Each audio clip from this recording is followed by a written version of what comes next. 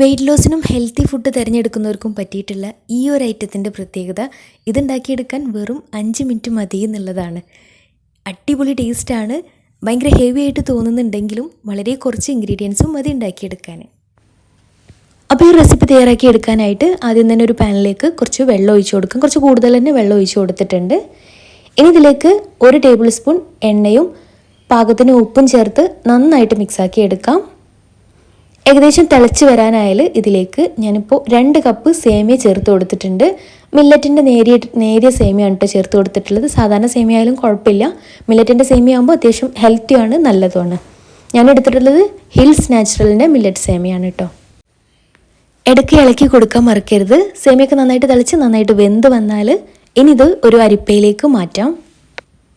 അരിപ്പയിലേക്ക് മാറ്റിയതിന് ശേഷം വേറിട്ട് നിൽക്കാൻ വേണ്ടിയിട്ട് നമ്മൾ നോർമൽ വാട്ടർ വെച്ചിട്ട് മുകളിലൂടെ ഒഴിച്ചു കൊടുക്കുന്നുണ്ട്. ഇനി ഒരു പാന് സ്റ്റൗവിൽ വെച്ചിട്ട് അതിലേക്ക് 2 ടേബിൾ സ്പൂൺ ഓയിൽ ചേർത്ത് കൊടുക്കാം. ഓയിൽ നന്നായിട്ട് ചൂടായിട്ട് വന്നാൽ ഇതിലേക്ക് ഒരു ചെറിയൊരു സവാള ചെറുതായിട്ട് ഇതുപോലെ നീളത്തിൽ കട്ട് ചെയ്തത് ചേർത്തിട്ടൊന്ന് വഴറ്റിയെടുക്കാം. വലിയ സവാളയാണെങ്കിൽ ഒരു പകുതിയൊക്കെ മതിയാവും. കൂടെ തന്നെ ഒരു മീഡിയം സൈസിലുള്ള ക്യാരറ്റ് തൊലിയൊക്കെ വരണ്ടിയതിന് ശേഷം ഇതുപോലെ നീളത്തിൽ കനം കുറഞ്ഞ് അരിഞ്ഞെടുത്തിട്ടുണ്ട്. പിന്നെ വേണ്ടത് ക്യാപ്സിക്കാണ്. ഒരു ക്യാപ്സിക്കത്തിൻ്റെ പകുതിയും ഇതുപോലെ നീളത്തിൽ കനം കുറഞ്ഞ് കട്ട് ചെയ്തിട്ട് നന്നായിട്ടൊന്ന് വഴറ്റിയെടുക്കാം. വഴറ്റിയെടുക്കുന്ന സമയത്ത് അതിലേക്ക് 1/2 ടേബിൾ സ്പൂൺ ഇഞ്ചി വെളുത്തുള്ളി പേസ്റ്റും ഒരു തക്കാളിയുടെ പകുതി അതിൻ്റെ കുരു ഒഴിവാക്കിയിട്ട് ഇതുപോലെ ചെറുതായിട്ട് കട്ട് ചെയ്തതും ചേർത്ത് വഴറ്റിയെടുക്കുന്നുണ്ട്. ഇതിലേക്ക് കുറച്ച് ഉപ്പ് ചേർത്ത് കൊടുക്കുന്നുണ്ട്. ഉപ്പ് കൂടി പോകേണ്ട, നേരത്തെ സേമിയയിൽ ചേർത്തിട്ടുള്ളതാണ്. ഇതിലേക്കുള്ള ഉപ്പ് മതിയാവും.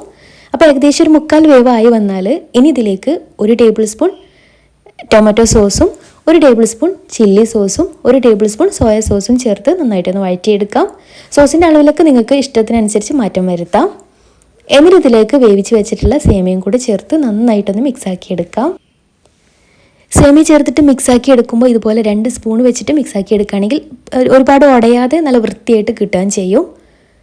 അവസാനം ഇതിലേക്ക് കുറച്ച് മല്ലിയിലയും 1 ടേബിൾ സ്പൂൺ കുരുമുളക് പൊടി മുകളിലായിട്ട് വിതറിയിട്ട് എല്ലാം കൂടെ മിക്സ് ചെയ്തിട്ട് സെർവ് ചെയ്യാം. നല്ല ടേസ്റ്റി ആയിട്ടുള്ള അടിപൊളി ആയിട്ടാണ്. ഒരുപാട് ഇൻഗ്രീഡിയൻസും ആവശ്യമില്ല, ചിക്കൻ്റെ ഒന്നും ആവശ്യമില്ല, മുട്ടയുടെ ഒന്നും ആവശ്യമില്ല. എല്ലാത്തിനും നല്ല ടേസ്റ്റ് ഉണ്ട് കഴിക്കാനായിട്ട്. അപ്പോൾ ഹെൽത്തി ഡയറ്റൊക്കെ ഫോളോ ചെയ്യുന്നവർക്ക് തീർച്ചയായിട്ടും ട്രൈ ചെയ്ത് നോക്കാൻ പറ്റിയ അടിപൊളി ആയിട്ടാണ്.